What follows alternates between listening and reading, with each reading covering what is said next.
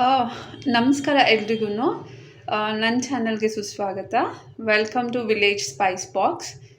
ನಾನಿವತ್ತು ನಿಮಗೆ ಎಳೆ ದಂಟಿನ ಸೊಪ್ಪಿನಿಂದ ಹೇಗೆ ಪಲ್ಯ ಮಾಡೋದು ಅಂತ ತೋರಿಸ್ಕೊಡ್ತೀನಿ, ಆಯಿತಾ? ನೋಡಿ, ಇಲ್ಲಿ ನಾನು ಒಂದು ದಪ್ಪದ್ದು ದಂಟಿನ ಸೊಪ್ಪು ತೊಗೊಂಡಿದ್ದೀನಿ. ಅದನ್ನು ನೀಟಾಗಿ ತೊಳೆದ್ಬಿಟ್ಟು ಸಣ್ಣದಾಗಿ ಹೆಚ್ಚಿಟ್ಕೊಂಡಿದ್ದೀನಿ, ಆಯಿತಾ? ನೋಡಿ, ಓಕೆ. ಈ ಥರ ಇಷ್ಟು ಸಣ್ಣ ಸಣ್ಣದಾಗಿ ಉತ್ತರಿಸ್ಬಿಟ್ಟು ಇಟ್ಕೊಬೇಕು. ಓಕೆ. ಒಗ್ಗರಣೆ ಮಾಡಲಿಕ್ಕೆ ಸಾಸಿವೆ, ಒಂದು ಸ್ವಲ್ಪ ಹಸಿಮೆಣಸಿನ್ಕಾಯಿ, ಒಂದು ಸ್ವಲ್ಪ ಈರುಳ್ಳಿ, ಇಷ್ಟೇ. ಇದಿಷ್ಟನ್ನು ಹಾಕಿ ಪಲ್ಯ ಮಾಡೋಣ. ಓಕೆ, ಬನ್ನಿ ಸ್ಟಾರ್ಟ್ ಮಾಡೋಣ. ಸ್ವಲ್ಪ ಕಡಲೆಬೇಳೆನೂ ತೊಗೊಬೇಕು. ಓಕೆ, ನಂಗೆ ಮರ್ತೋಯ್ತು ಹೇಳಲಿಕ್ಕೆ. ಸಾಸಿವೆ, ಕಡಲೆಬೇಳೆ, ಈರುಳ್ಳಿ, ಹಸಿಮೆಣಸಿನ್ಕಾಯಿ. ಓಕೆ, ಇದಿಷ್ಟನ್ನು ಒಗ್ಗರಣೆಗೆ ಹಾಕ್ಕೊಬೇಕು. ಓಕೆ, ಒಂದು ಪಾತ್ರೆನ ಕಾಯ್ಲಿಕ್ಕೆ ಇಟ್ಕೊಂಡಿದ್ದೀನಿ. ಓಕೆ, ಇದಕ್ಕೆ ಸ್ವಲ್ಪ ಒಂದು 2-3 ಟೇಬಲ್ ಸ್ಪೂನು ಎಣ್ಣೆ ಹಾಕೋಣ, ಆಯಿತಾ? ನೋಡಿ, ಎಣ್ಣೆ ಕಾಯ್ಲಿಕ್ಕೆ ಇಟ್ಕೊಂಡಿದ್ದೀನಿ. ಎಣ್ಣೆ ಬಿಸಿ ಆದ ಕೂಡಲೇ ಸಾಸಿವೆ ಕಡಲೆಬೇಳೆನ ಹಾಕೋಣ, ಆಯಿತಾ? ಎಲ್ಲ ರೆಡಿ ಇಟ್ಕೊಂಡಿದ್ರೆ ಜಸ್ಟ್ ಒಂದು 10 ಮಿನಿಟ್ಸಲ್ಲಿ ಆಗಿಬಿಡುತ್ತೆ ಪಲ್ಯ. ಇದು ಚಪಾತಿ, ಬೇಕಂದರೆ ಮೊಸರನ್ನಕ್ಕೂ ನೆಂಚ್ಕೊಂಡು ತಿನ್ಬೋದು. ಮಕ್ಳುಗಳಿಗೆ ಕೊಟ್ಟರೆ ಒಳ್ಳೆಯದು. ಓಕೆ, ಸಾಸಿವೆ ಕಡಲೆಬೇಳೆ ಹಾಕಿದ್ದೀನಿ. ಇವಾಗ ಚಿಟಪಟ ಅಂತ ಇದಾಗ್ತಾ ಇದೆ. ಇವಾಗ ಈರುಳ್ಳಿ ಮತ್ತು ಹಸಿಮೆಣಸಿನ್ಕಾಯಿ ಹಾಕೋಣ. ನೋಡಿ, ಈರುಳ್ಳಿ ಮತ್ತು ಹಸಿಮೆಣಸಿನ್ಕಾಯಿನ ಹಾಕಿದ್ದೀನಿ. ಒಗ್ಗರಣೆಗೆ ಹಾಕಿದ್ದೀನಿ. ಇವಾಗ ಸ್ವಲ್ಪ ಬಾಡಿಸ್ಕೊಳ್ಳೋಣ, ಆಯಿತಾ? ಚೆನ್ನಾಗಿ ಫ್ರೈ ಮಾಡ್ಕೊಳ್ಳೋಣ. ಓಕೆ,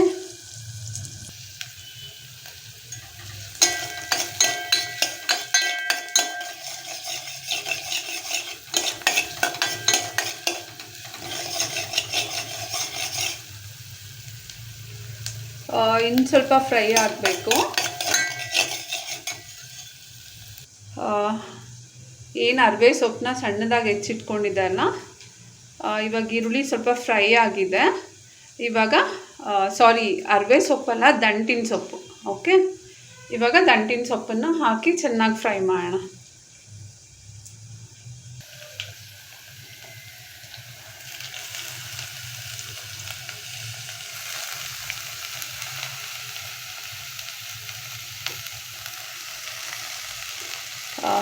ಸ್ವಲ್ಪ ನಿಧಾನವಾಗಿ ಉತ್ತರಿಸ್ಕೊಂಡಿರೋ ಸೊಪ್ಪನ್ನು ಹಾಕಿ ಚೆನ್ನಾಗಿ ಬಾಡಿಸ್ಕೊಬೇಕು. ಓಕೆ, ಸ್ವಲ್ಪ ಏನಂದರೆ ಅಗಲವಾಗಿರೋ ಪಾತ್ರೆನ ಇಟ್ಕೊಳ್ಳಿ. ನಾನು ಆ್ಯಕ್ಚುಲಿ ಇಲ್ಲಿ ಸ್ವಲ್ಪ ಚಿಕ್ಕ ಪಾತ್ರೆ ಇಟ್ಕೊಂಡಿದ್ದೀನ. ಸೊ ಏನಪ್ಪ ಅಂದರೆ ಸೊಪ್ಪು ಫುಲ್ ತುಂಬಿದಾಗ ಆಗಿದೆ. ಪರವಾಗಿಲ್ಲ, ಫ್ರೈ ಮಾಡ್ತಾ ಸೊಪ್ಪು ಗೊತ್ತಲ್ಲ ನಿಮಗೆ, ಒಂದೇ ಒಂದು ಸ್ವಲ್ಪ ಆಗುತ್ತೆ. ಈಗ ಫ್ರೈ ಮಾಡೋಣ, ಆಯಿತಾ? ನೋಡಿ, ಶಬ್ದ ಕೇಳಿಸ್ತಾ ಇದೆಯಾ? ನಿಮ್ಗೆ ಯಾವ ಸೊಪ್ಪು ಬೇಕು ಆ ಸೊಪ್ಪಲ್ಲಿ ನೀವು ಈ ಥರ ಮಾಡ್ಕೊಬೋದು. ತುಂಬ ಅಂದರೆ ತುಂಬ ಚೆನ್ನಾಗಿರುತ್ತೆ. ಓಕೆ, ಬೇಕಿದ್ರೆ ಸ್ವಲ್ಪ ಕಾಳುಗಳು ಹಾಕಿ ಅದನ್ನು ಮಾಡ್ಬೋದು. ಅದು ಇನ್ನೊಂದು ಸಲ ತೋರಿಸ್ಕೊಡ್ತೀನಿ ನಾನು ನಿಮ್ಗೆ ಯಾವಾಗಲಾದರೂ, ಆಯಿತಾ? ನೋಡಿ, ಇವಾಗ ಸೊಪ್ಪಿಂದು ಸ್ವಲ್ಪ ಕಲರ್ ಚೇಂಜ್ ಆಗಿದೆ, ಆಯಿತಾ? ಕಾಣಿಸ್ತಾ ಇದೆಯಾ? ಇವಾಗ ಏನು ಮಾಡಬೇಕಂದ್ರೆ ಒಂದು ಸ್ವಲ್ಪ ಲಿಡ್ಡನ್ನ ಕ್ಲೋಸ್ ಮಾಡಿ ಇನ್ನೂ ಒಂದು 10 ನಿಮಿಷ ಹೀಗೆ ಫ್ರೈ ಮಾಡ್ಕೊಳ್ಳೋಣ. ಓಕೆ, ನೋಡಿ, ಲಿಡ್ ಕ್ಲೋಸ್ ಮಾಡಿದ್ದೀನಿ. ಒಂದು 10 ನಿಮಿಷ ಹಾಗೆ ಅದು ಬೇಯೋದಕ್ಕೆ ಬಿಡೋಣ, ಆಯಿತಾ? ನೋಡಿ, ಸ್ವಲ್ಪ ಉಪ್ಪು ತೊಗೊಂಡಿದ್ದೀನಿ. ಯಾವಾಗಲೂ ಪಲ್ಯಕ್ಕೆ ಸ್ವಲ್ಪ ಉಪ್ಪು ಕಡಿಮೆನೇ ಹಾಕಬೇಕು, ಇಲ್ಲಾಂದರೆ ಜಾಸ್ತಿ ಉಪ್ಪು ಆಗಿಬಿಡುತ್ತೆ, ಆಯಿತಾ? ಓಕೆ, ಮತ್ತು ಸ್ವಲ್ಪ ಫ್ರೆಶ್ ಆಗಿ ತುರಿದಿಟ್ಕೊಂಡಿರೋ ತೆಂಗಿನಕಾಯಿ ತುರಿ. ಓಕೆ, ನೋಡಿ, ಉಪ್ಪು ಹಾಕ್ತಾಯಿದ್ದೀನಿ. ಹಾಗೆ ಸ್ವಲ್ಪ ಫ್ರೈ ಮಾಡ್ಕೊಳ್ಳೋಣ, ಆಯಿತಾ?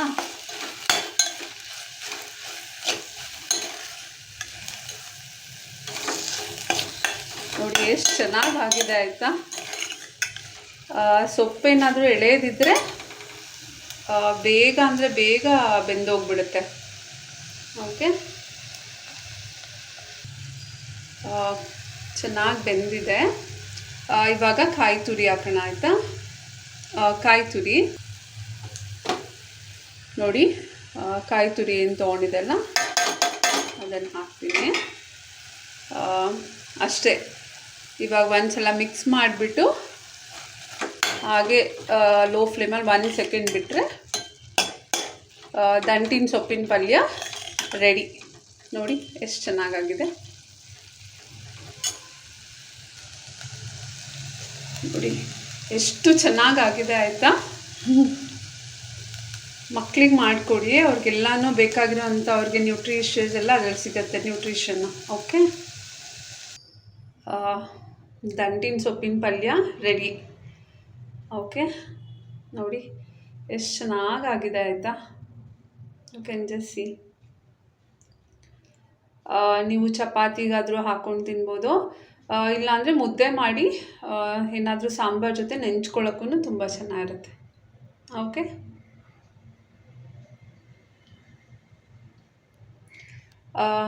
ನಿಮ್ಗೇನಾದರೂ ನಾನು ತೋರಿಸ್ತಾ ಇರೋ ಟ್ರೆಡಿಷ್ನಲ್ ಅಡುಗೆಗಳು ಇಷ್ಟ ಆದರೆ ದಯವಿಟ್ಟು ಒಂದು ಲೈಕ್, ಸಬ್ಸ್ಕ್ರೈಬ್ ಮತ್ತು ಶೇರ್ ಮಾಡಿ ಆಯಿತಾ. Thank you so much. ಯಾರೆಲ್ಲ ನೋಡಿದ್ದೀರ ಇದುವರೆಗೂ ಅವ್ರಿಗೆಲ್ಲ ನನ್ನ ಕಡೆಯಿಂದ ತುಂಬ ಧನ್ಯವಾದಗಳು. Thank you.